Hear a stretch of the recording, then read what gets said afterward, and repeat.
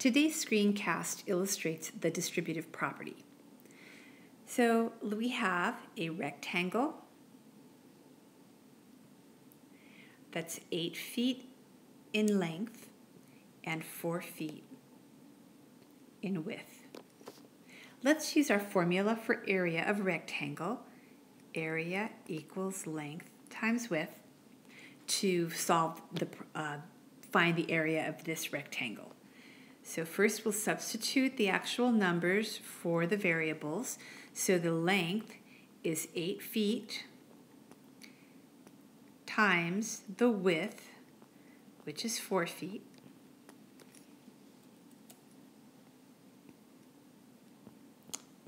now we'll multiply. First we're going to multiply 8 times 4, and then we need to multiply feet times feet. So 8 times 4 is 32, and feet times feet is feet squared. Notice that in this problem, the units of measure are the same, feet in both cases. But that's not always true. If the length had been 8 inches, for example, we would first then have to convert the 4 feet to inches in order to have like measures before we could proceed with the problem.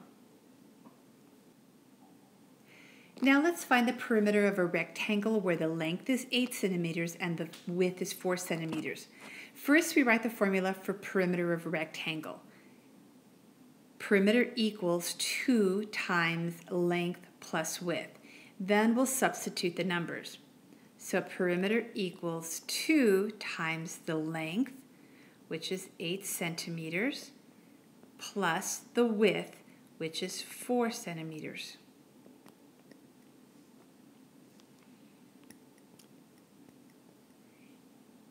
Now we do the part in parentheses, which is adding 8 centimeters plus 4 centimeters to get 12 centimeters. And finally, we do the multiplication.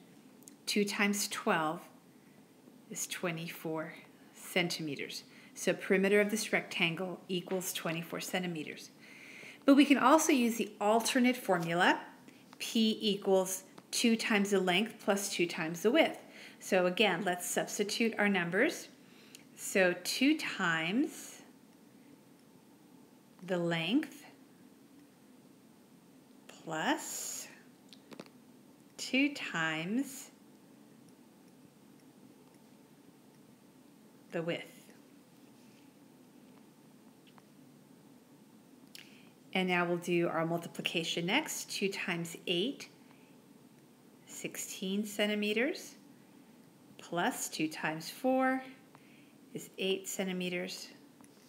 And finally, we do the addition, 16 centimeters plus 8 centimeters equals 24 centimeters. The reason we can use both of the formulas is this. When using the first formula, we're saying add the length and the width together first and then double that sum, multiplying it by 2. The second formula says first double the length and double the width. Multiply each of those times 2 and then add those two things together. All right, let's use the two formulas for perimeter to find the perimeter of this rectangle that's 30 inches by 20 inches.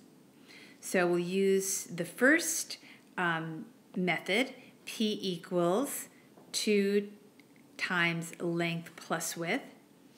Let's go ahead and substitute the numbers. P equals 2 times length is 30 inches and width is 20 inches. So the next step would be P equals 2 times 50. So we add what's in the parentheses first, and finally P equals 2 times 50, which is 100, and we won't forget our unit, which is inches.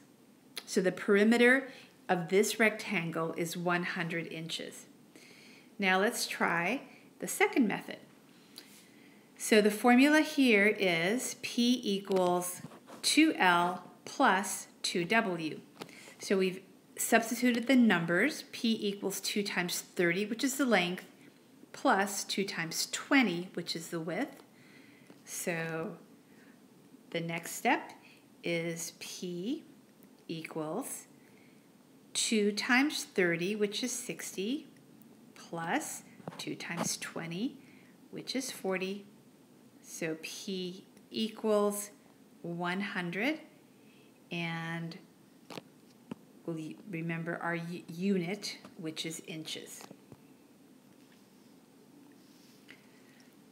Both formulas in this example yield the same result because the two formulas are equivalent. So we can say, we could say that 2L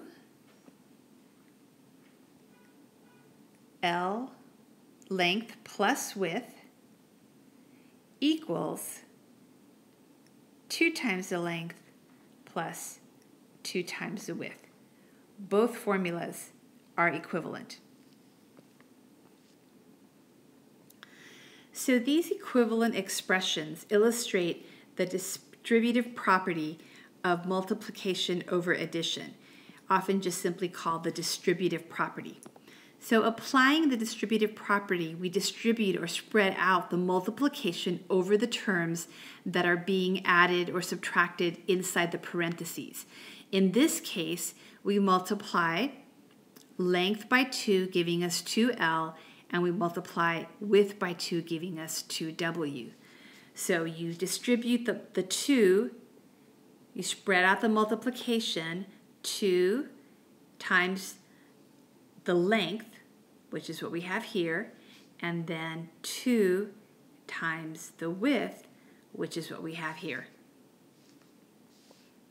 The distributive property is often expressed in equation form using variables. A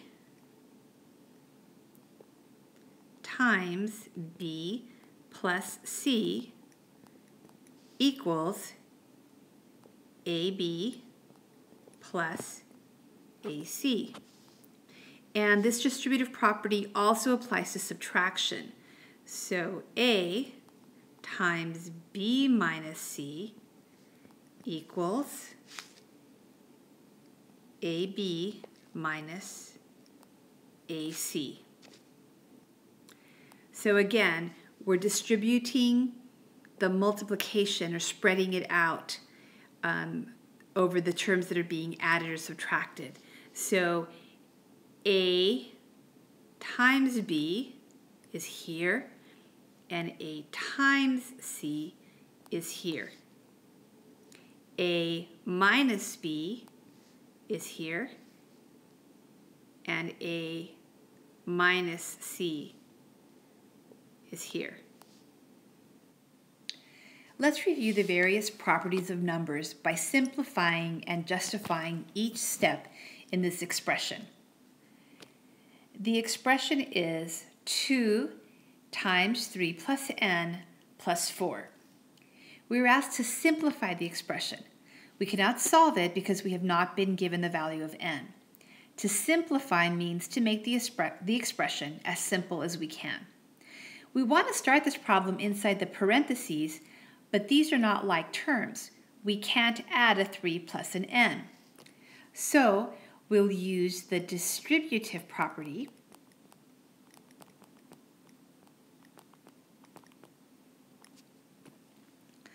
to multiply the 2 times the 3 and the 2 times the n.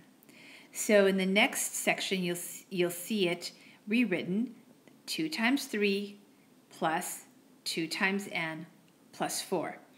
And now we can actually multiply the 2 times 3 to get 6. So our expression currently reads 6 plus 2n plus 4. Now we want to use the commutative property, because this property, got to spell it right. The commutative property works for addition and multiplication. Tells us that we can commute or move around the numbers. So we've rewritten the expression now as 2n plus 6 plus 4, which allows us to use the associative property, which says that we can group numbers. And so we've grouped the 6 and the 4 together here, and we can now add those together to equal 10.